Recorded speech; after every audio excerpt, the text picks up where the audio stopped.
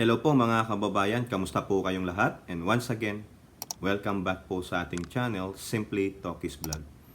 Ang pag-uusapan natin mga kababayan ay ito pong issue sa reclamation sa Manila Bay. Kasi po may mga ongoing updates po ito, no? Na makikita natin bakit ganun na lang kadami, no? O ang kagustuhan na magkaroon ng reclamation project sa Manila Bay. If you can remember, no, way back early this month, nasuspendido po, nagdesisyon po ang Pangulong Bongbong Marcos na isuspendido ang 22 na reclamation project dyan po sa Manila Bay. Meron po dyan from Navotas to Cavite. Isa lang yon. 22 mga kababayan. Ang dami niyan. Sunod-sunod yan. Sabay-sabay yan. Kaya nga po sabi nila, ang daming Chinese na mga barko na nagtatrabaho dyan. Kasi most of them are contracted by this group to do their bidding. Bakit Chinese ang nakuha niyong kontrata? Meron ba kayong tie-up? Sila ba ang nagpopondo dyan? Is it a government project? Bakit Chinese? Bakit hindi na lang local? Di ba yung issue nga ni Erwin Tulfo, napansin niya? No? Na maybe hindi mga workers yan. Mga intel officers ng Chinese military disguising as construction workers or seafarers. Pero sa gabi, bumababa ng barko, nag-iikot o di kaya naglalabas ng init ng katawan. Nag-good time. Ang sabi ni Erwin Tulfo, hindi dapat nila ginagawa yun dahil wala silang permiso. At ayun din ang sinabi ni Speaker of the House, Martin Romualdez. Di po ba? Lumalabas po ang baho. So therefore, at pinatigil nga po yung 22 dahil nga po kanilang iniisip na isa sa dahilan niyang bakit nagkaroon ng massive flooding sa Bulacan at Pampanga provinces. However, merong isa na pinago. Kasi na-review na daw po. Ayun ang sabi ng Pangulo. Pero yung 22, tigil muna kayo. So ang tanong mga kababayan, totoo ba yan? Eto po. Sabi dito sa Inquirer, akala natin isa lang, pero yung pala, only 3 Manila Bay projects ongoing prior to halt order, DENR. Hindi naman pala 22 o 23. Tatlo lang, no? Siguro, yung 20 nag-aantay pa ng go signal. Pero ano yung tatlo? Gaano kalaki yung tatlo? Bakit mahigit 100 barko ng Chekwa ang nandyan kung tatlo lang? Di ba? Ito sabi ng DENR, DENR issued this clarification Tuesday after Jose Literal, the PRA Assistant General said in an interview with CNN Philippines on Monday that the government had approved only 13 reclamation projects in Manila Bay and 22 projects nationwide. Kasi po, sabi po nung si PIR Literal, no, kinokontra niya po ang presidente na nagsisinungaling, nagpi-fake news. Ayan po sa balita ng GMA News Online. Only 13 reclamation projects approved in Manila Bay, says PRA executive. Tapos yung siyam daw, all over the Philippines na. Kaya kinokontra niya. Kasi sabi ng Pangulo, mawawala na daw po ang dagat kasi sa dami ng reclamation project. Only 13 ang approved. Ang tanong, yung bang 13 lahat, nag-go signal na? Tumakbo na ba para maghukay o mag-reclaim? Ang sabi po dito ng DENR, 3 lang yung ongoing. So, ibig sabihin yung 10 nag-aantay pa ng go signal. Pero at least, meron pa rin. Di po ba? Kaya nga, nakakalito itong mga kababayan no? Kaya iisipin mo, ano ba talaga totoo? Yan bang 22 na yan ay sabay-sabay?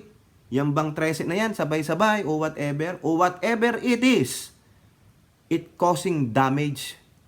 No, hindi lang sa Manila Bay, hindi lang sa neighboring town, kundi diyan po sa NCR. Kaya dapat talaga reviewin. Oh. So sabi lang ng DNR, tatlo lang ang ongoing bago pinahinto. So nahinto ba yan? O, meron po akong nabasa, sabi ng Pamalakaya, na hindi naman daw po totoo na nahinto. Talagang hindi mahihinto. Kasi, out of 23, 22 nga ang pinahinto, isa lang ang pinatuloy. Except one, sabi ng Pangulo. Kasi daw, na-review na. No? Huwag niyong basahin lang yung 22 kasi may kasunod yun. Di po ba? Na-review na yung isa. Ayun ang sabi ng Pangulo. Kaya wag kayong sabihin na, hindi. Tinahinto naman lahat. Hindi pa di po ba? Kaya meron pa pong isa dyan. No? Mamaya natin sasabihin bakit pinatuloy yun. Bakit? Baka yun ang dahilan bakit pinatuloy itong isang proyekto na to. Eto, sabi dito sa Diario Tirada, no? Ng Daily Tribune. Manila Bay Reclamation Project Suspension. Drama lang. Nako. Isang malaking katanungan kung meron ba talagang suspension order para sa reclamation project sa Manila Bay.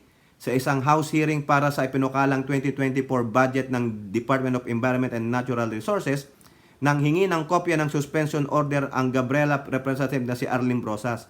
Yung sinabi ng Pangulo na suspendido ang reclamation projects, ano po yung naging klarong guidelines ukol sa utos nito? Ano pong ginamit ninyo? Malayo sa tanong ni Brosas ang naging sagot ni DNNR Secretary Yulo Loyzaga.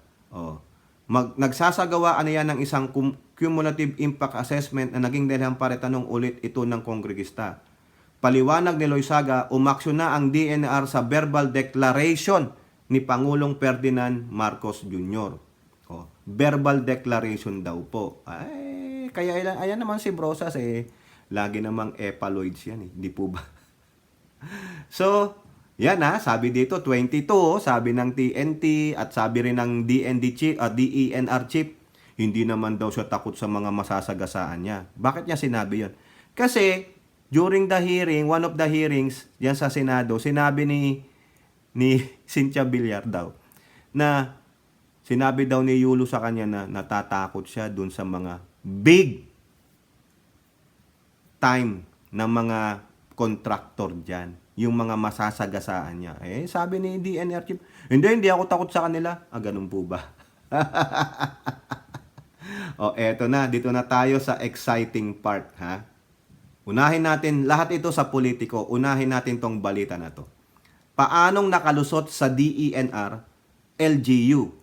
Senate probe set on Manila Bay reclamation. So yun ang tanong nila. Paano nakalusot yan sa DENR at LGU? Ayun ang tanong din natin. Paano nga ba? Sabi ni Villar, mag-i-investigate kami, nag-aayos lang kami ng record. May mga local government yan Sila ang naglakad. Tanong natin, sino nga pa? Tanong natin kay former Cimatu.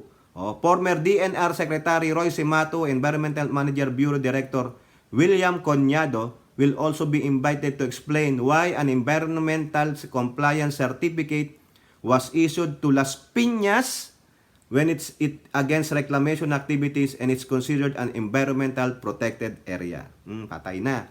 Ito pang ipapatawag ng Senado.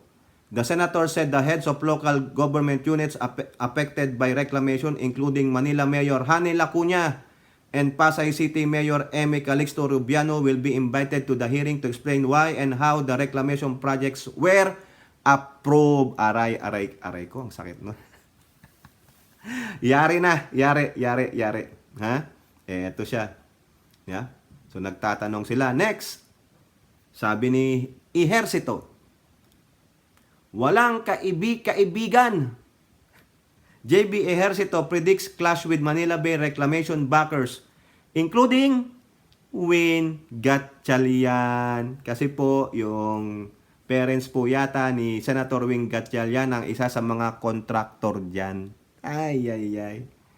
Marami tayong kaibigan na masasagasaan in this issue, kaya lang, kailangan ipaglaban ng tama. Correct! Waterfront Manila Premier Development Incorporated, a company owned by Senator Sherwin Gatchalian's father, William, is behind at 30.3. Take note. 30.43. Is it million, billion, o trillion, mga kababayan? 34.3 billion pesos reclamation project in Manila Bay, which is being undertaken in partnership with Chinese contractor. Senator Gatchalian, meanwhile, has denied any involvement in his father's business but insisted the project went through the process. O, di ba? Kinikriticize nga dyan si Gatchalian kasi double pace. Against sa Pogo, pero ang tatay niya, hindi niya makonde na bakit may Chinese contractor. O, di ba ang galing-galing lang? O, ito. Oo, Castro, tight lip siya ha. Ayaw niyang magsalita dyan sa reclamation project. Makukonsider ba siyang traidor? O, ikaw dyan, ACT Teachers Party List, Franz Castro, anong masasabi mo kay Win Gatchalian? Ayaw niyang magsalita eh. Di ba? Ayaw niyang batikusin ng reclamation project sa Manila Bay. O, ibig ba sabihin, traidor siya? Ejercito, however, questioned the motive behind the reclamation projects, which he said would only benefit a select few. Makikinabang ba ang sambayan ng Pilipino, lalo na yung ordinaryong Pilipino? Tingin ko, hindi, kasi pag yan ay dinevelop na, gagawing iyang commercial projects. Housing, casino, hindi naman makakapunta doon yung ordinaryong Pilipino eh. Pwede naman, ehersito. Gala-gala lang. Pa-picture-picture, pa-selfie-selfie. Oy, nandito ako ngayon sa whatever na gawa ng mga Chinese. Nandito ako ngayon sa casino na gawa ng mga Chinese. Di ba? O yan, wala daw kaibigan. Eto na mga kababayan, ang exciting pa. Bakit nga ba napayagan? Bakit napayagan yung isa o ilan sila? Eto po ang sabi, Lito Atienza, Politico News. Money moves mountains. Ay, pwede pala yun. Hindi po literal yan ha. Idiom lang yan. Na yung pera daw makakapagpagalaw ng bundok. O, anong klaseng bundok? Anong klaseng bundok? Lito Atienza ang pinagagalaw ng pera. Lito Atienza sees big bribes behind Manila Bay reclamation is free. Oh, ayan. Former Manila Mayor Lito Atienza believes that there was a bribery involved in the approval of permits for the 13 reclamation projects in Manila Bay. Atienza, who also served as DENR Secretary during the Arroyo's administration, based his hunch on his experience as a 3-time mayor. Ay, alam na alam pala! Experience niya pala, oh. Sabi ng balita, oh. Base his hunch on his experience as a 3-time mayor. Alay, alam na alam mo pala ang galawan. When I was mayor, I was being offered huge sums of money to approve reclamation projects, but I did not succumb. Oh, sa Tagalog po, nung panahon ko, nung ako ay mayor, ako po ay inopera ng malaking mountain. Ay, mali. Muntik nang masabi yung letter SUS. Tama ba? SUSO. Mali. Ulit. Nung ako po ay mayor, ako po ay inopera ng napalaking halaga ng salapi para lang po aprobahan ang reclamation projects. Pero ako po ay hindi nasilaw o hindi pumayag sa laki ng perang offer. O, yun po yan, abay, binuhat ang sariling bangko. Binuhat niya po ang kanyang bangko. Atienza said the PRA o the Philippine Reclamation Agency should be held accountable for allowing the reclamation projects in Manila. He said he had spoken to Manila Mayor Hani Lacuna who claimed that projects did not pass through her. O sino? Yung dati bang mayor? Ha? Mayor Hani Lacuna? Yung dati bang mayor ang nag-approve? Ganon po ba? The mayor of Manila today denies knowing anything about it. I'm sure the other of Metro Manila doesn't know anything about the reclamation. So sino? O sino? Tanong natin kay Duterte. PRA? Let them justify themselves. Let them defend themselves in court. Oh, ayan, di ba?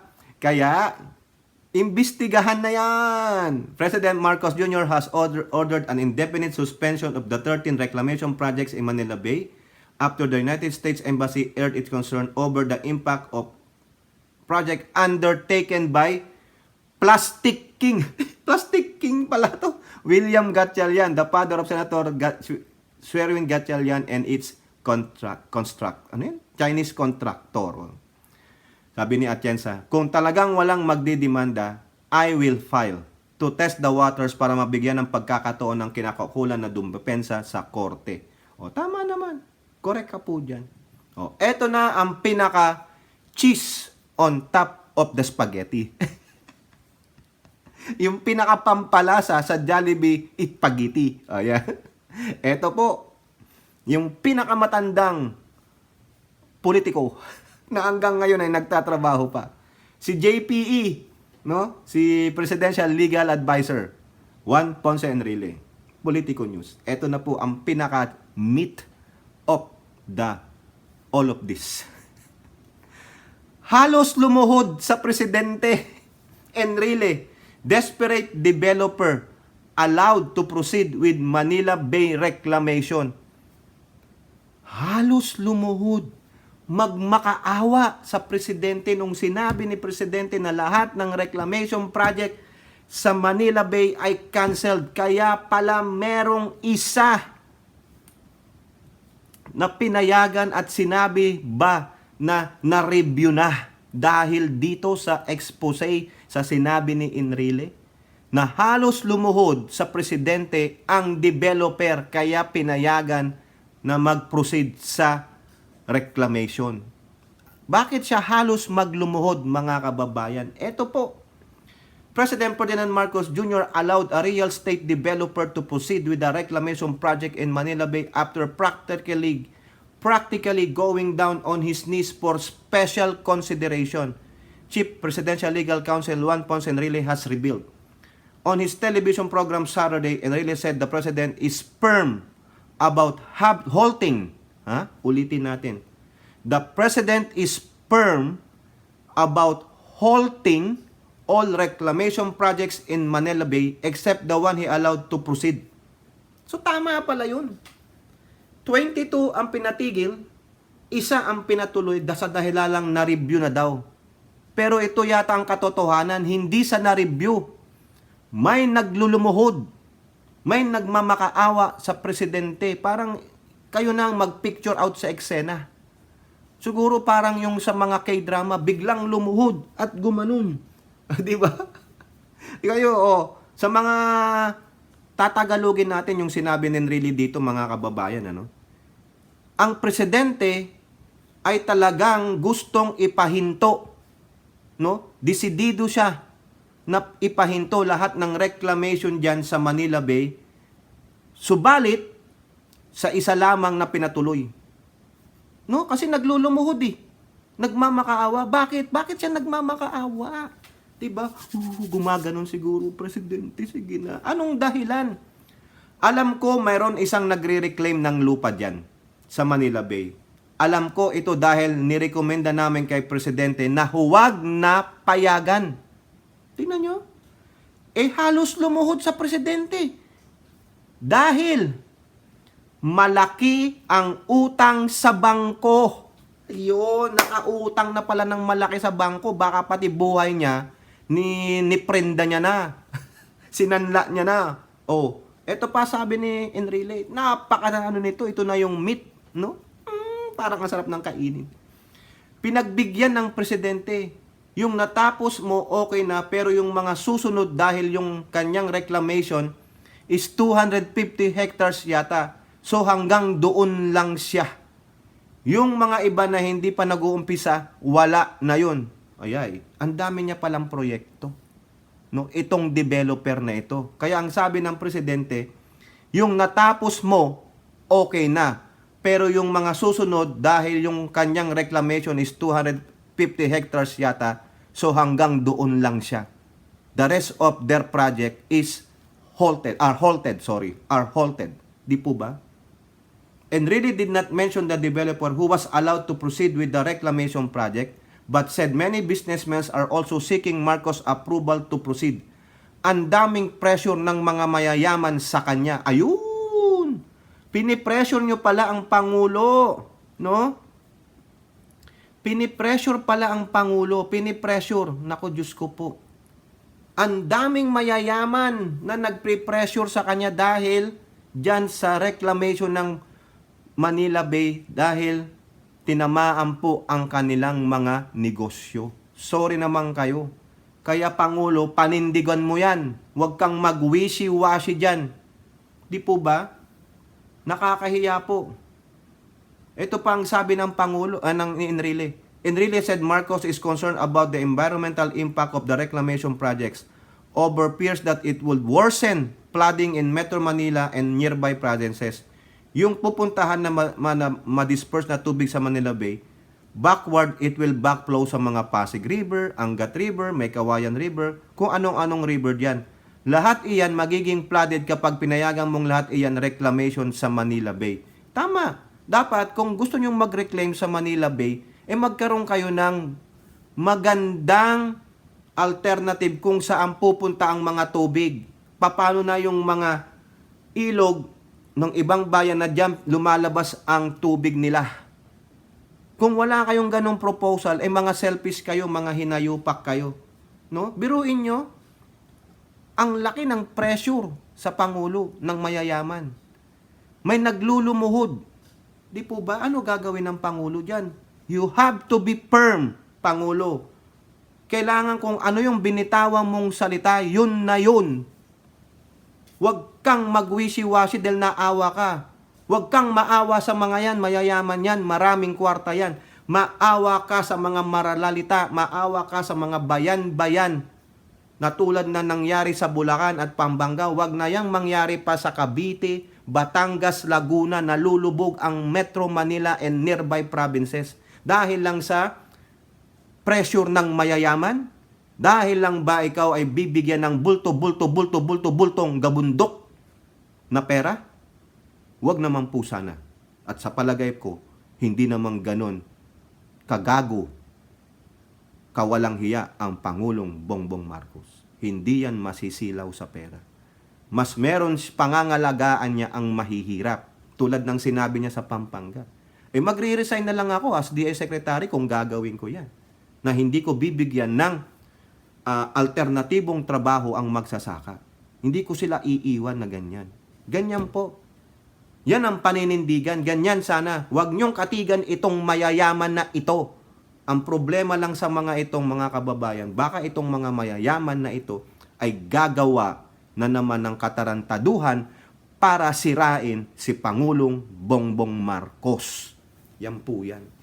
Marami, hindi lang, sino mayayaman yan? Businessman, mga politiko na nakasuporta sa mga businessman na yan na tumikim ng kanilang lemonade at nabigyan ng gabundok na pera. Yeah. Kaya tama po yan. Halos maglulumuhod. O anong sabi ni Atienza? Sa experience niya, bigayan. Limpak na salapi para lang mabigyan ng kanilang kapritsyo at magsasaper ay ang majority ng mahihirap na Pilipino. Mga hinayupak. Tama lang yan. Dapat wala nang ituloy dyan, pati naglumuhod, itigil mo yan. Hanggat wala kayong magandang alternatiba na kung saan hindi maaapektuhan ang mayoryang Pilipino. Mga hinayupak kayo. Kunin na sana kayo nung mga tatay nyong sino yung nandun down under. Kayo po, ano pong inyong masasabi? Comment down below and don't forget to like and share. Hope to see you on our next videos. Bye-bye. God bless.